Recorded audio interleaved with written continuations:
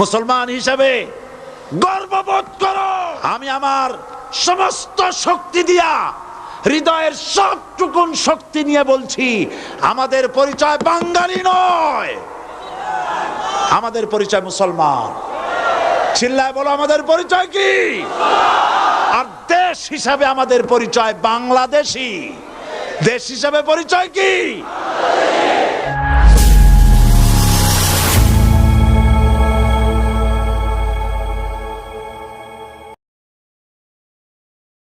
আল্লাহর দ্বীন কায়েমের জন্য, রক্ত দেওয়ার জন্য প্রস্তুত থাকতে হবে। আল্লাহর রাসূল নিজে রক্ত দিয়েছেন, রাসূল নিজে রক্ত দিয়েছেন, সাহাবায়ে কেরাম দিয়েছেন।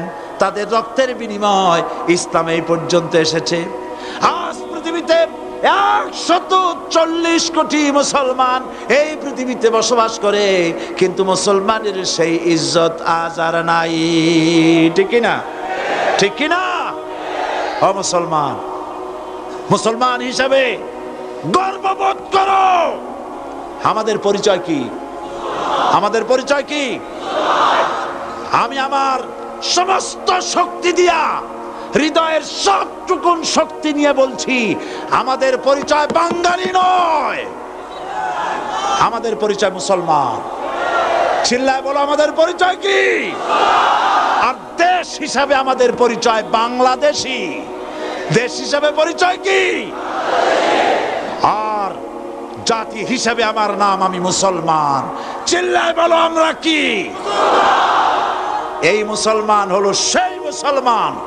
বিশ্বকবি, কবি সম্রাট আল্লামা ইকবাল বলেছেন, দস্ত দস্ত है दरिया भी न छोड़े हमने, दस्त दस्त है दरिया भी न छोड़े हमने, बहर जुल्मत पे दौड़ा दिए घोड़े हमने। প্রান্তর তো প্রান্তর, আমরা তো সেই মুসলমান। শ্রাবণের খরচ্ছাতা, খরস্রোতা উত্তাল টাইগ্রিস নদীর উপর থেকে 60,000 অশ্বরোহী মুসলমান নদীর তুফান পার হয়ে আফ্রিকার ভূখণ্ডে কালেমার পতাকা উড়াইছে।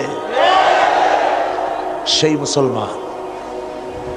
সুতরাং যারা আমাদের সাথে, যারা আমাদেরকে জেলে দিতে চাও, যারা আমাদেরকে মারতে চাও, শহীদ করতে চাও, সিক্রেট মার্ডার করতে চাও, গুপ্ত হত্যা করতে চাও, গৃহযুদ্ধ বাঁধাতে চাও, শুনে রাখো, বাতিল সে দবনে ওয়ালে আসমান নেহি হাম, বাতিল সে দবনে ওয়ালে আসমান নেহি হাম, सौ बार कर चुका है तू इम्तिहान हमारा।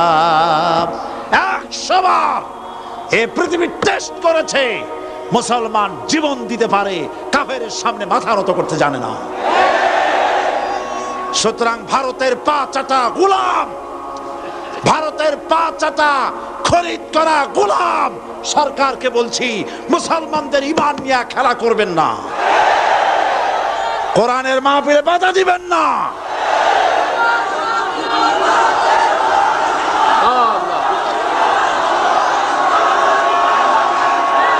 আল্লাহ রাব্বুল আলামিন মুসলমানদেরকে বিজয় দিবেন ইনশাআল্লাহ।